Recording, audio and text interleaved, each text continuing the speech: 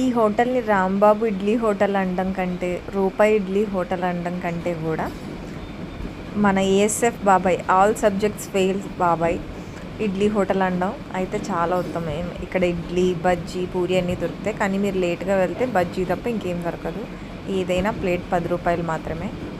ఈయన చాలా జోవియల్గా ఉండడంతో పాటు అందరినీ చాలా ప్రేమతో తిన్నారా, చేశారా, దబ్బకాయ చట్నీ వేసుకోండి, పల్లీ చట్నీ వేసుకోండి అని అడుగుతూనే ఉంటారు. కానీ విధి అంత ఇదైందంటే, ఇలా ఒక ఊరు ఫేమస్ అవుతుంది అంటే, ఇట్లా 10 రూపాయలకే పెడుతున్నారు అంటే, మెచ్చుకునే వాళ్ళకంటే ఇట్లా చేస్తున్నారు అని జెలస్ ఫీల్ అయ్యే వాళ్ళే ఎక్కువ ఉన్నారని బయట టాక్. సో కొంచెం ఈయనకి సపోర్ట్ చేయండి, వీలైతే ప్రేమిద్దాం, అంతే కదా మనం చేయగలిగేది. రాణి గారు ఆవిడ పేరు?